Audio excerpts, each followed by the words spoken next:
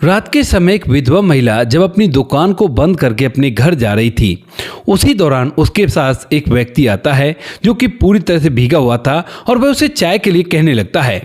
अब पहले तो वो विधवा महिला उससे मना कर देती है, लेकिन जब उसकी हालत को देखती है कि वह भीगा हुआ है, पूरी तरह से कांप रहा है और उसकी आंखों में एक अजीब सी बेचैनी है और वह बिल्कुल ऐसा लग रहा है कि थोड़ी बहुत देर में फूट फूट कर रोने लगेगा, तो उसके बाद उसे उस पर तरस आता है और वो कहती है, देखिए यहाँ तो मैं आपको चाय नहीं पिला सकती, आप ऐसा करो मेरे घर चलो मेरे साथ और वहां पर आपको मैं चाय जरूर से पिला दूंगी।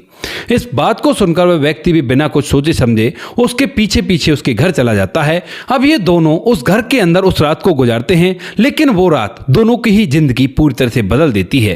कौन था वह व्यक्ति और किस वजह से विधवा महिला उसे अपने घर ले गई थी, पूरी सच्चाई के बारे में जानने के लिए वीडियो को अंत तक जरूर देखें।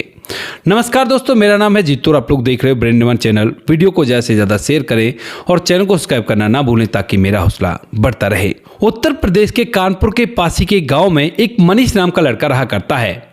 मनीष, जिसके माता पिता के पास ज़्यादा रुपये पैसा नहीं है, वो मेहनत मजदूरी किया करते हैं, लेकिन उन्होंने अपने बच्चे को पढ़ा लिखा कर इस काबिल बना दिया है कि वह एक कंपनी में नौकरी किया करता है। जब बेटा नौकरी करने लगता है तो उसके बाद माता पिता उसकी शादी की चिंता करते हैं और जब मनीष से इस बारे में पूछा जाता है कि क्या तुम शादी करना चाहते हो, तो यहाँ पर मनीष भी मुस्कुरा जाता है और कहता है कि ठीक है, अगर आपको ऐसा लग रहा है तो बेशक से मेरी शादी करा दो। उसके बाद माता पिता उसके लिए एक लड़की ढूंढते हैं, जिस लड़की का नाम होता है ममता, जो कि देखने में काफ़ी ज़्यादा खूबसूरत थी और उसे माता पिता उसके लिए पसंद कर लेते हैं। पसंद करने के बाद दोनों तरफ से शादी की तैयारियां की जाती हैं और तैयारी करने के बाद वो दिन भी आ जाता है जिस दिन मनीष और ममता दोनों की शादी हो जाती है। शादी होने के बाद ममता दुल्हन बनकर मनीष के घर में आती है और अच्छी तरह से जीवन जीने लगती है। लगभग 4 महीने तक ममता आराम से उसके साथ रहती है, कोई भी कैसी भी दिक्कत नहीं है। लेकिन 4 महीने बाद जब एक बार वो अपने मायके जाती है तो उसके बाद वहां से वापस नहीं लौटती है। अब तक जो मनीष था वह ममता से गहरा वाला प्यार कर चुका था और उसके बाद जब वह वापस आने का नाम नहीं लेती है तो बार बार मनीष उसे फोन किया करता और कहा करता कि ममता, मैं तुम्हारे बिना नहीं रह सकता और तुम यहां पर आ जाओ, मैं तुम्हारे बिना अपनी जिंदगी की कल्पना भी नहीं कर सकता। लेकिन जो ममता है वो बार बार उसको टाट दिया करती और फोन को काट दिया करती। घर वाले जब कहा करते यानी कि मनीष के घर वाले जब ममता के घर वालों से कहते हैं तो वो कहते हैं कि आप थोड़ा सा टाइम दो, बच्ची को भी आ जाएगी, कोई भी दिक्कत नहीं है। और ऐसा करते करते कम से कम 6 महीने और बीत जाते हैं। जब 6 महीने बीत जाते हैं तो यहाँ पर मनीष के जो घर वाले होते हैं वो उनसे कहने लगते हैं कि भाई आखिर बात क्या है, तुम किस वजह से लड़की को नहीं भेज रहे। तो उसके बाद मजबूरन जो ममता के घर वाले होते हैं उन्हें बताना पड़ता है। कहते हैं कि दरअसल बात ऐसी है, गलती हमारी है और हमारी गलती का हर्जाना आपको भी भुगतना पड़ रहा है। ये जो हमारी बेटी है ना, इसका शादी से पहले एक लड़के के साथ प्यार था और उसी प्यार के लिए अब ये वापस नहीं आना चाहती। ये कह रही है कि मैं तो उसी के साथ रहूंगी और उस घर में नहीं जाऊंगी। तुम्हारी बात मानकर मैंने ये तो कर लिया, लेकिन उस घर में अब दोबारा से नहीं जाना चाहती। अब इस बात को सुनकर मनीष के घर वालों के पैर तले से जमीन खिसक जाती है और वो लोग वहां से वापस तो लौट आते हैं। लेकिन जब मनीष पूछता है तो पहले तो उसे नहीं बता पाते हैं, लेकिन मनीष उसके प्यार में पागल हुआ जा रहा था तो अचानक से मां को गुस्सा आ जाता है और वह कहने लगती है कि पागल तो नहीं हो गया, वो ऐसी लड़की के पीछे कोई पागल हुआ करता है क्या, जो कि पहले से अपने प्रेमी रखा करती है और उसी प्रेमी के साथ अब रह रही है। उसके घर वालों ने हमें साफ साफ बता दिया और ऐसे ऐसे है। लेकिन मनीष, जो कि पूरी तरह से उसे अपना दिल दे बैठा था ममता को, तो वह इस बात पर विश्वास नहीं करता है और इसीलिए वह अब उसकी रट लगा बैठता है। बार बार ममता के बारे में सोचा करता, उसे फोन किया करता और माता पिता से कहा करता कि ऐसा नहीं हो सकता, मैं उससे प्यार किया करता हूं और वही मेरे साथ जीवन को जिएगी। इस बात को देखकर माता पिता उसे खूब समझाने की कोशिश करते हैं, लेकिन जब वो नहीं मानता है तो उसके हाल पर छोड़ देते हैं। कहते हैं कि ठीक है, अगर तुझे लाना है तो ऐसा कर, तू ही लेकर आ जा। इसके बाद जो मनीष है वह वहां पर जाता भी है, लेकिन वहां पर जाने के बाद उसे ममता घर के अंदर नहीं मिलती है और उसके माता पिता उसे कह देते हैं, लेकिन वह इस बात को मानने के लिए तैयार ही नहीं होता है। यहां पर जो मनीष होता है वह वापस आ जाता है और धीरे धीरे कुछ समय और बीत जाता है। मनीष एक तरह से पूरी तरह से पागल सा हो गया था उस लड़की के वियोग में और वह किसी भी तरह से ममता को चाहता था, लेकिन ममता अपने प्रेमी के साथ थी। इसके बाद धीरे धीरे कुछ दिन और बीतते हैं तो कुछ दिनों बाद यहाँ पर जो ममता है वह इस बात को जब सुनती है कि जो मनीष है वो उसके पीछे पागल हुआ पड़ा है, तो उसके बाद वह उससे मिलने का फैसला करती है और सोचती है कि मैं खुद ही उससे कह देती हूँ ताकि वो अपनी जिंदगी को मेरे पीछे बर्बाद ना करे। ऐसा सोचकर वह मनीष को एक दिन बुलाती है, कहती कि आ जाओ, मुझे तुम्हें कुछ बताना है। इसके बाद जो मनीष है वो वहां पर पहुंच जाता है जहां पर उसने बुलाया था, और वहां पर जाने के बाद वह कहती है कि यहाँ पर नहीं, एक होटल में चलते हैं और एक साथ थोड़ा सा समय बिताएंगे और वहीं पर तुम्हें सब कुछ पता चल जाएगा। ऐसा कहकर ममता उसे एक होटल में ले जाती है, वहां पर एक रूम बुक किया जाता है और रूम बुक करने के बाद जो ममता होती है उसे बाहर से कुछ खाने के लाने के लिए कहती है। अब जैसे ही जो मनीष है वो बाहर से खाना लाने के लिए चला जाता है, तो उसी दौरान ममता जो होती है वो अपने कपड़े चेंज करती है, बहुत ही छोटे कपड़े पहनती है और वहीं पर अपने प्रेमी जिसका नाम किशोर होता है उसने दूसरा कपड़ा ले रखा था उसकी साइड में, उसके उस रूम के साइड में, और उस रूम में से अपने प्रेमी को इस कमरे के अंदर बुला लेती है।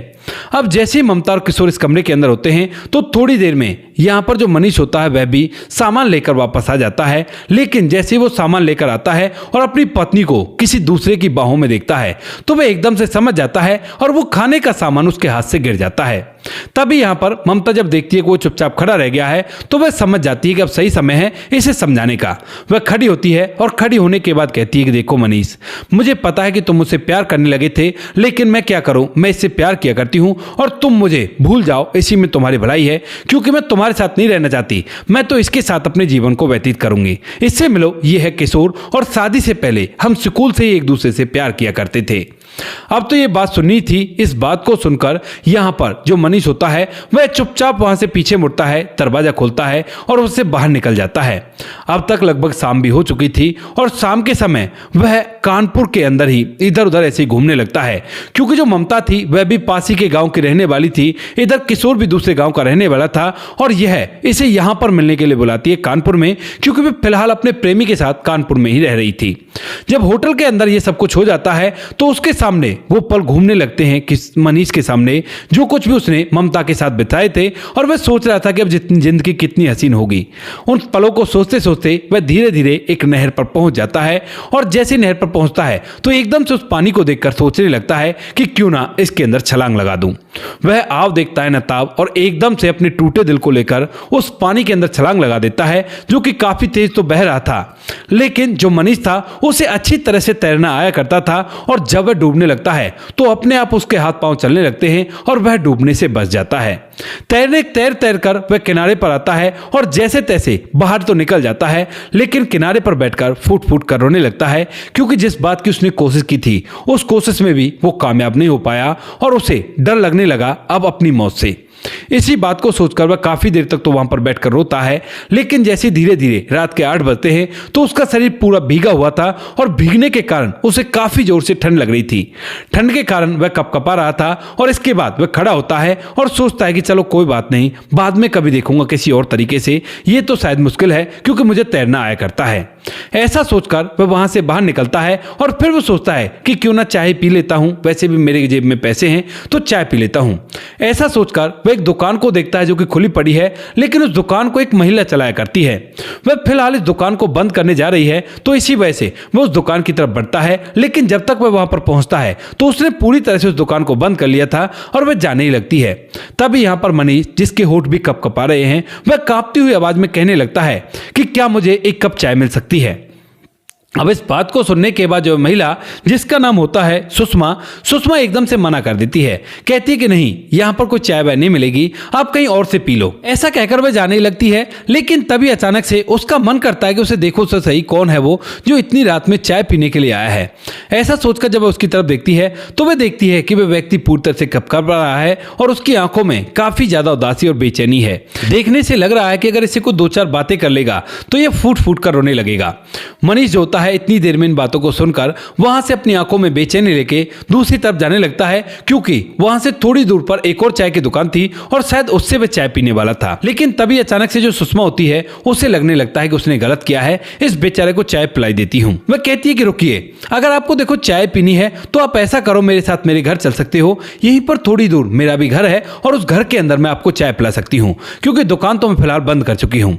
अब इस बात को सुनकर जो मनीष होता है वह उस महिला की तरफ तरफ देखता है जो कि देखने में काफी ज्यादा खूबसूरत है और वह उसके पीछे पीछे चलने लगता है। सुषमा भी उसे पीछे तो ले जाने लगती है, लेकिन उसे लगने लगता है कि कहीं मैंने कुछ गलत तो नहीं कह दिया।